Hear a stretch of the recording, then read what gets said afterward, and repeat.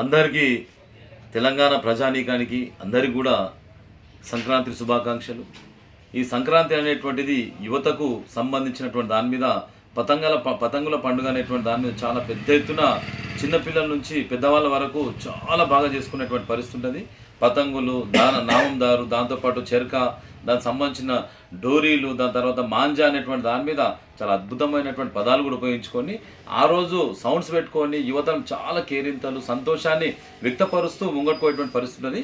కానీ పతంగులో కూడా యువతకు సంబంధించిన ఒక అద్భుతమైనటువంటి మెసేజ్ ఏముందంటే, పతంగి అనేటువంటిది మనం ఏదైతే ఉంటుందో గాలి తాకిన కొద్దికి ముంగట్టుకోయేటువంటి పరిస్థితి ఉంటుందంటే, యువత లోపల అనేక రకాలైన ఇబ్బందులు, కష్టాలు తాకుతుంటే ఏ రకంగా ముంగట్టుకోతుందో పతంగి కూడా మన యువతరానికి ఒక ఆదర్శం కావాలని చెప్పేసి కూడా శ్రీ చైతన్య ఛానల్ ద్వారా ప్రతి ఒక్కరు కూడా సంక్రాంతి శుభాకాంక్షలు. ఈ చైతన్య ఛానల్ కూడా చాలా దేదీప్యమానంగా చాలా తక్కువ సమయంలోనే మంచి ఉన్నత స్థాయికి రావాలని చెప్పేసి కూడా శ్రీ చైతన్య ఛానల్ సంబంధించినటువంటి రాముని అశోక్ గారిని కూడా హృదయపూర్వకంగా అభినందిస్తున్నాను.